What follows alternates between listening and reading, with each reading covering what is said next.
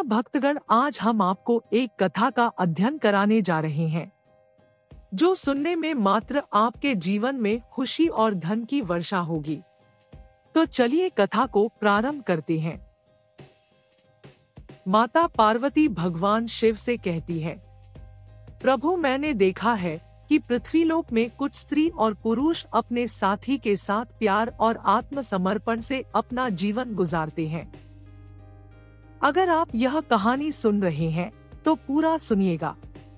इस कथा को आधा अधूरा छोड़कर जाने को गलती मत करिएगा, क्योंकि इस कथा को पूरा सुनने से आपको मनचाहा फल की प्राप्ति होगी। इसलिए इस कथा को पूरा सुनिए। अगर आप शिव भक्त हैं, तो आप भगवान भोलेनाथ जी का अनादर ना करें। कुछ स्त्री और पुरुष एक दूसरे के साथ रहकर खुशियां बांटते हैं, लेकिन कुछ सालों के बाद आपस में लड़ने लगते हैं।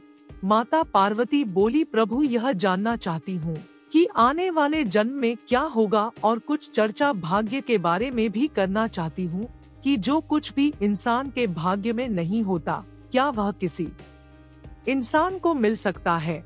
भगवान शिव कहते हैं, पार्वती से मैं तुम्हारी बात को समझ गया कि तुम क्या कहना चाहती हो। अब मैं तुम्हें एक छोटी सी कहानी सुनाऊंगा। इस कहानी को ध्यान से सुनना, अर्थात इस कहानी को बड़े प्यार व ध्यान से सुनना, क्योंकि इस कहानी को सुनने से तुम्हें दो ज्ञान की बातें प्राप्त होगी।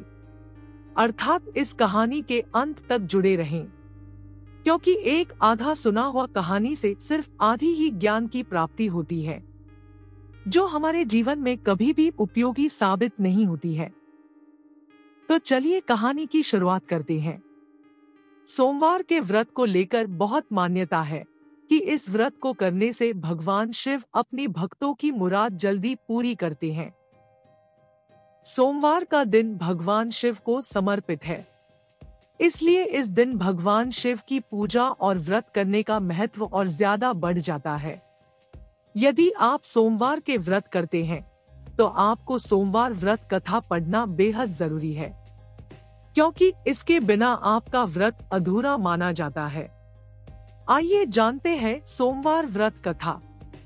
देवों के देव महादेव बहुत ही भोले माने जाते हैं, इसलिए उनका एक नाम भोलेनाथ भी है। भगवान शंकर को प्रसन्न करने के लिए किसी भी तरह के खास विशेष पूजन की आवश्यकता नहीं होती, क्योंकि कहा जाता है कि वह तो भोले हैं और भक्त की मन से की गई क्षणिक मात्र की भक्ति से ही वह प्रसन्न हो जाते हैं। अगर आप भी शिव की भक्ति और कृपा पाने के लिए सावन के सोमवार का व्रत करते हैं, तो इस कथा से भोलेनाथ को प्रसन्न कर सकते हैं। एक समय की बात है, एक बार किसी एक नगर में एक साहूकार था। उसके घर में धन की कोई कमी नहीं थी, लेकिन कोई संतान न होने के कारण वह बहुत दुखी रहता था। संतान प्राप्ति के लिए वह हर सोमवार को व्रत रखता था और पूरी श्रद्धा के साथ शिव मंदिर जाकर भगवान शिव और माता पार्वती की पूजा करता था। उसकी भक्ति को देखकर एक दिन माँ पार्वती प्रसन्न होकर भगवान शिव से साहूकार की मनोकामना पूर्ण करने का निवेदन करती है। पार्वती जी के आग्रह पर भगवान शिव ने कहा कि हे पार्वती, इस संसार में हर प्राणी को उसके कर्मों का फल मिलता है और जिसके भाग्य में जो हो उसे भोगना ही पड़ता है। लेकिन पार्वती जी ने साहूकार की भक्ति देखकर उसकी मनोकामना पूर्ण करने की इच्छा व्यक्त की। माता पार्वती के आग्रह पर शिवजी ने साहूकार को पुत्र प्राप्ति का वरदान तो दिया, लेकिन उन्होंने बताया कि यह बालक 12 वर्ष तक ही जीवित रहेगा। माता पार्वती और भगवान शिव की बातचीत को साहूकार सुन रहा था, इसलिए उसे ना तो इस बात की खुशी थी और ना ही दुख। वह पहले की भांति शिवजी की पूजा करता रहा। कुछ समय के बाद साहूकार की पत्नी ने एक पुत्र को जन्म दिया। जब वह बालक 11 वर्ष का हुआ तो उसे पढ़ने के लिए काशी भेज दिया गया। साहूकार ने पुत्र के मामा को बुलाकर उसे बहुत सारा धन देते हुए कहा कि तुम इस बालक को काशी विद्या प्राप्ति के लिए ले जाओ। तुम लोग रास्ते में यज्ञ कराते जाना और ब्राह्मणों को भोजन दक्षिणा देते हुए भी जाना। दोनों मामा भांजे इसी तरह यज्ञ कराते और ब्राह्मणों को दान दक्षिणा देते काशी नगरी निकल पड़े। इस दौरान रात में एक नगर पड़ा जहां नगर के राजा की कन्या का विवाह था, लेकिन जिस राजकुमार से उसका विवाह होने वाला था वह एक आंख से काना था। राजकुमार के पिता ने अपने पुत्र के काना होने की बात को छुपाने के लिए सोचा, क्यों न उसने साहूकार के पुत्र को दूल्हा बनाकर राजकुमारी से विवाह करा दूं। विवाह के बाद इसको धन देकर विदा कर दूंगा और राजकुमारी को अपने नगर ले जाऊंगा। लड़के को दूल्हे के वस्त्र पहनाकर राजकुमारी से विवाह करा दिया गया। साहूकार का पुत्र ईमानदार था।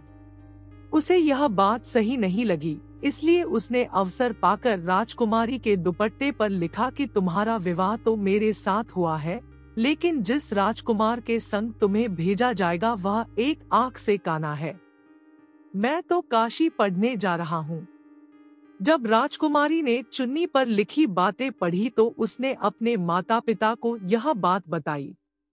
राजा ने अपनी पुत्री को विदा नहीं किया, फिर बारात वापस चली गई। दूसरी ओर साहूकार का लड़का और उसका मामा काशी पहुँचे और वहां जाकर उन्होंने यज्ञ किया। जिस दिन लड़का 12 साल का हुआ उस दिन भी यज्ञ का आयोजन था। लड़के ने अपने मामा से कहा कि मेरी तबीयत कुछ ठीक नहीं है। मामा ने कहा कि तुम अंदर जाकर आराम कर लो। शिवजी के वरदान अनुसार कुछ ही देर में उस बालक के प्राण निकल गए। मृत भांजे को देख उसके मामा ने विलाप करना शुरू कर दिया। संयोगवश उसी समय शिवजी और माता पार्वती उधर से जा रहे थे। पार्वती माता ने भोलेनाथ से कहा, स्वामी मुझे इसके रोने के स्वर सहन नहीं हो रहा, आप इस व्यक्ति के कष्ट को अवश्य दूर करें। जब शिवजी मृत बालक के समीप गए तो वह बोले कि यह उसी साहूकार का पुत्र है जिसे मैंने 12 वर्ष की आयु का वरदान दिया था। अब इसकी आयु पूरी हो चुकी है, लेकिन मातृभाव से विभोर माता पार्वती ने कहा कि हे महादेव, आप इस बालक को और आयु देने की कृपा करें, अन्यथा इसके वियोग में इसके माता पिता भी तनप कर मर जाएंगे। माता पार्वती के पुण्य आग्रह पर भगवान शिव ने उस बालक को जीवित होने का वरदान दिया। शिवजी की कृपा से वह बालक जीवित हो गया। शिक्षा पूरी करके लड़का मामा के साथ अपने नगर की ओर वापस चल दिया। दोनों चलते हुए उसी नगर में पहुँचे जहां उसका विवाह हुआ था। उस नगर में भी उन्होंने यज्ञ का आयोजन किया। उस बालक के ससुर ने उसे पहचान लिया और महल में ले जाकर उसकी खातिरदारी की और अपनी पुत्री को विदा किया। इधर साहूकार और उसकी पत्नी भूखे प्यासे रहकर बेटे की प्रतीक्षा कर रहे थे। उन्होंने प्रण कर रखा था कि यदि उन्हें अपने बेटे की मृत्यु का समाचार मिला तो वह भी अपने प्राण त्याग देंगे। परंतु अपने बेटे के जीवित होने का समाचार पाकर वह बेहद प्रसन्न हुए।